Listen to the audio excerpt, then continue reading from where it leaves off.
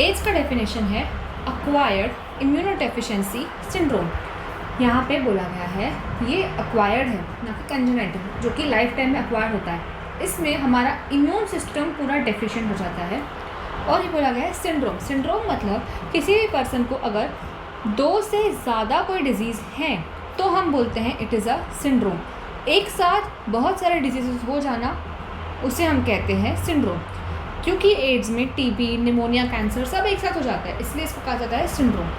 Ads होता है एक वायरस से जिसका नाम है HIV वायरस। ये एक रेट्रो वायरस है, सिंगल स्ट्रैंडेड RNA वाला, जिसको हम कहते हैं ह्यूमन इम्यूनोडेफिशिएंसी वायरस।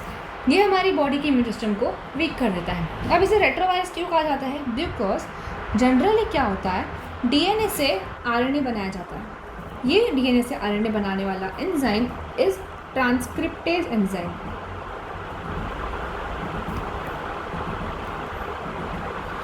ये होता है नॉर्मल हमारे ह्यूमन सेल्स में या फिर बैक्टीरिया में। जनरली DNA से RNA बनाए जाते हैं, बट इस HIV एड्स के वायरस में क्या होता है, RNA से DNA बनाया जाता है विथ एंजाइम। अब ये रिवर्स है, RNA से DNA रिवर्स प्रोसेस जा रही है। एंजाइम का नाम हो जाता है reverse transcriptase enzyme. And DNA is double stranded molecule, जबकि RNA is single stranded molecule. So retrovirus में क्या होता है, 2 सिंगल स्ट्रैंडेड RNA होते हैं। ये एक SS RNA, ये एक SS RNA, single stranded RNA। इसके लिए इसको कहा जाता है रेट्रोवायरस। अभी ये बॉडी के इम्यून सिस्टम को इतना वीक कर देता है कि जो कोई भी आपको बैक्टीरिया के कांटेक्ट में आ रहा है, वायरस के कांटेक्ट में आ रहा है, उससे आपको इन्फेक्शन होने ही वाला है। क्योंकि अभी भी हम जहाँ बैठे हैं वहाँ पर अभी भी बहुत सारे बैक्टीरियाज है, वायरसेस हैं, लेकिन हमें उनसे कोई इन्फेक्शन नहीं होता है, हमें उनसे अभी भी कोई डिजीज़ नहीं हो रहा है, क्योंकि हमारी इम्यूनिटी काम कर रही है, हमारा इम्यून सिस्टम काम कर रहा है, एक्टिवेटेड है। लेकिन HIV वायरस जिसके बॉडी में चला जाता है उसका इम्यून सिस्टम पूरा वीक हो जाता है, उस विक्टिम को वल्नरेबल हो जाता है किसी भी अपॉर्चुनिस्टिक इन्फेक्शन से। ब्रेन के डिसऑर्डर होना चालू हो सकता है या फिर मैलिग्नेंसी यानी कि कैंसर। इसलिए एड्स को एक मॉडर्न पेंडेमिक कहा गया है जो कि अफेक्ट करता है इंडस्ट्रियलाइज्ड और डेवलपिंग कंट्रीज़ में। एड्स सबसे पहले अमेरिका में देखा गया था इन 1981। इंडिया में सबसे पहला कंफर्म केस एड्स का अप्रैल 1986 में आया था तमिलनाडु में। अब HIV का स्ट्रक्चर कैसा है? HIV के स्ट्रक्चर में हम सबसे इम्पॉर्टेंट बस ये चीज़ देखेंगे, matrix, proteins, outer lipid outer वाला, ये हमारा है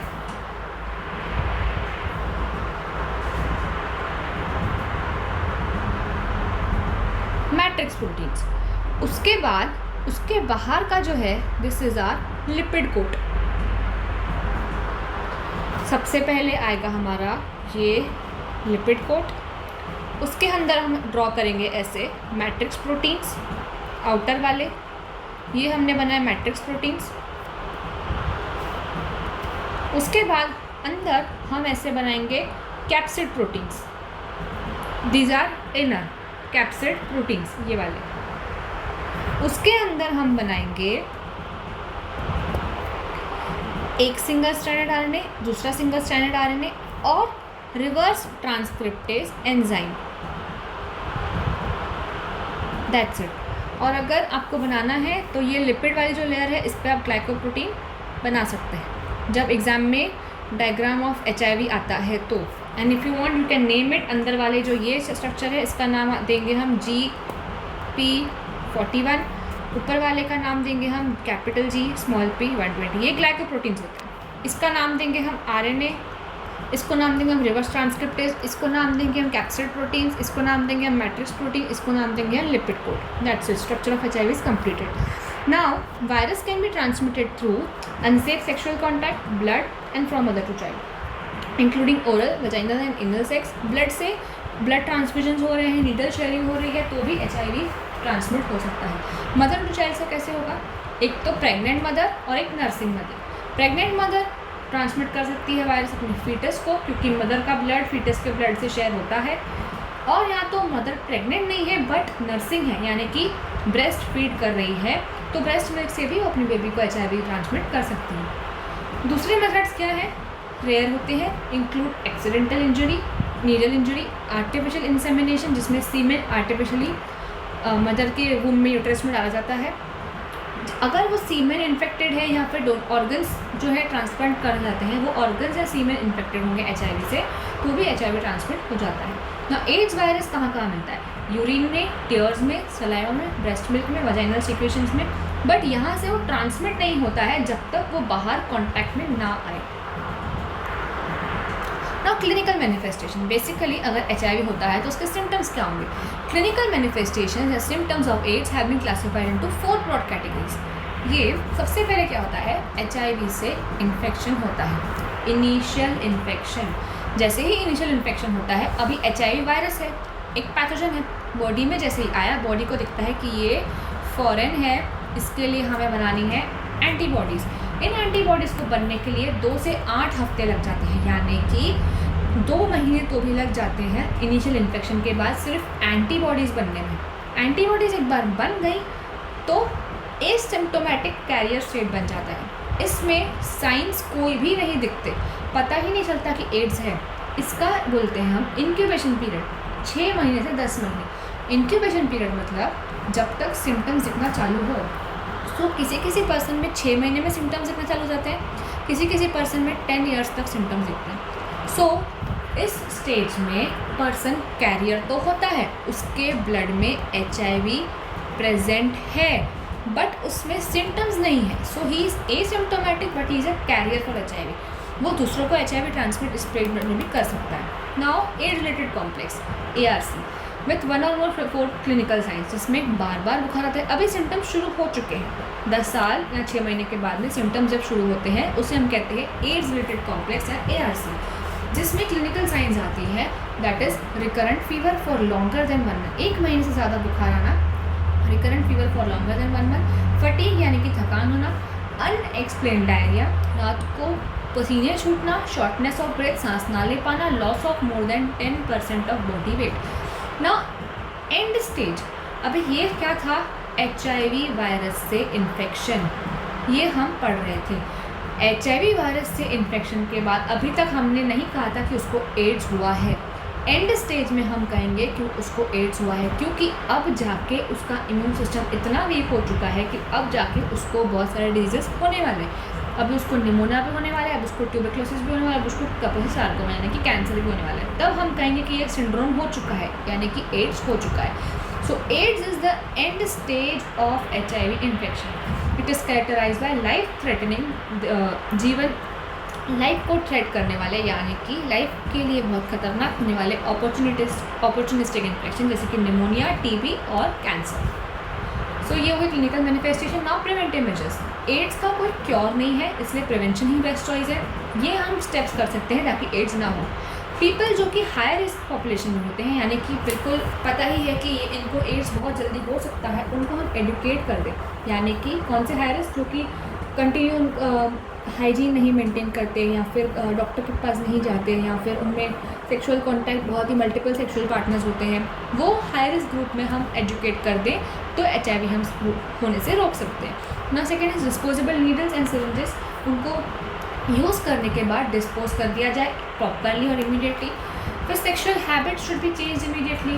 fourth is high risk groups को डोनेट करने से ब्लड मना किया जाए, क्योंकि हाई रिस्क ग्रुप है, अभी तक भले ही उनको सिम्टम्स ना हो, या फिर उनके ब्लड में कभी कभी HIV का फॉल्स टेस्ट भी आ सकता है, इसीलिए हो सके तो उनसे ब्लड डोनेट नहीं ही करवाया जाता है। Then toothbrush, razor, other article that can become contaminated with blood should not be shared. Now before receiving blood ensure that उसका टेस्ट किया गया है उस ब्लड का कि उसमें HIV है या नहीं। फिर रूटीन स्क्रीनिंग की जानी चाहिए। जो लोग रेगुलर ब्लड डोनेट करते हैं, जो ऑर्गन डोनेट करने वाले होते हैं, या जो सीमेन डोनर या ग्रोथ हार्मोन डोनेट करते हैं, या फिर जो पेशेंट्स डायलिसिस के अंदर हैं, या जो फीमेल्स प्रेग्नेंट हैं या प्रेग्नेंट होने वाली हैं, उनका रूटीन चेकअप किया जाता है कि उनके ब्लड में HIV आ तो नहीं गया है। रूटीन मतलब कंटिन्यू किया जाने वाला। Now lab diagnosis. अभी अगर HIV है तो पता कैसे चले कि HIV हुआ है? उसके लिए लैब डायग्नोसिस करते हैं।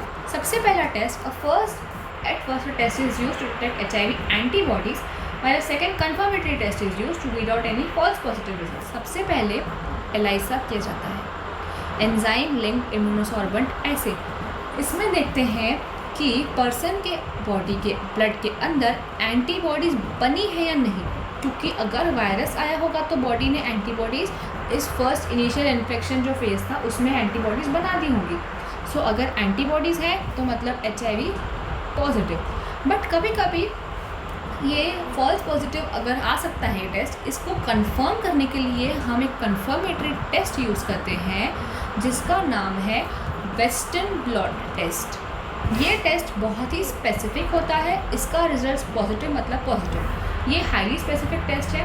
ये किस बेसिस पे डिटेक्ट होता है कि ये जो ग्लाइकोप्रोटीन्स हैं इनके लिए भी बॉडी एंटीबॉडीज़ बना लेती है। पहले तो सिर्फ ये वायरस के लिए बना दी थी, लेकिन उसका जो ये ग्लाइकोप्रोटीन है ये वाले, उनके लिए भी अगर बॉडी एंटीबॉडी बना लेती है, ये एंटीबॉडी बॉडी जल्दी एलाइसा में दिखाई नहीं देती। लेकिन वेस्टर्न ब्लॉट इतना स्पेसिफिक होता है कि वो छोटी छोटी एंटीबॉडीज़ जो इसके लिए बनाई गई है उनको भी ढूंढ के निकालता है। सो अगर इसके लिए भी एंटीबॉडी अगर बॉडी बना के बैठी है, that means sure and sure HIV positive है पर्सन। इसीलिए वेस्टर्न ब्लॉट टेस्ट से अगर एक बार पॉजिटिव आ गया तो that means that person is surely HIV positive. It is based on detecting specific antibody to viral core protein and envelope glycoprotein.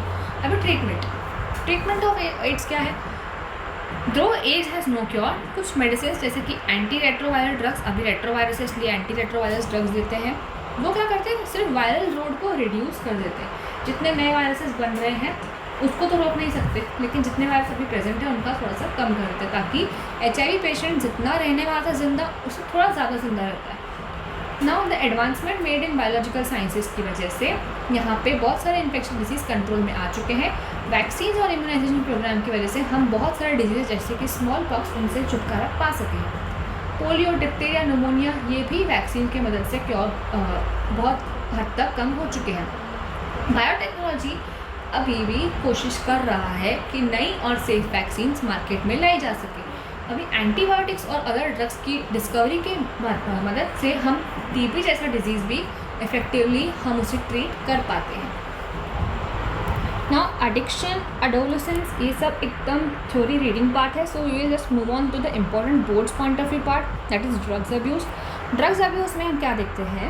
Drugs जो कि कॉमनली अब्यूज़ की जाती हैं, first is opioid, second is cannabinoids and third is alkaloids of Coca. इनमें क्या important है कि opioid ये काम क्या करते हैं, फिर ये कौन से प्लांट से बनाई जाती है, ये इंपॉर्टेंट है ना। ओपियोइड्स, ये ओपियोइड रिसेप्टर जो प्रेजेंट होते हैं हमारे CNS में और गैस्ट्रोइंटेस्टिनल ट्रैक्ट में, उनके पास बाइंड होती है। बाइंड होने के बाद में ये अपना काम शुरू करती है। ओपियोइड्स का एग्जांपल है हेरोइन। हेरोइन का दूसरा नाम है स्मैक।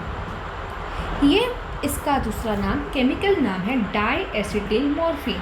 ये बनाया जाता है, एक्सट्रैक्ट किया जाता है पॉपी प्लांट में से। पॉपी प्लांट का साइंटिफिक नेम है papaver somniferum. So we saw 3 names opioids का। पहला तो हेरोइन जिसका नाम है स्मैक, उसका केमिकल नाम है डाईएसिटिल मॉर्फिन। ये एक्सट्रैक्ट किया जाता है पॉपी प्लांट से, उसकी लेटेक्स से। पॉपी प्लांट का साइंटिफिक नेम है पैपटेवर सोमनीफेरम। हेरोइन क्या करता है? डिप्रेसेंट है, बॉडी की एक्टिविटी को स्लो कर देता है। Now cannabinoids interact with receptors जो कि ब्रेन में प्रेजेंट होते हैं। इनको इनहेल करना या इंजेक्शन करना सीधा कार्डियोवैस्कुलर यानी कि हार्ट के सिस्टम को अफेक्ट करता है। ये किससे बनाई जाती है? इन्फ्लोरेसेंस से।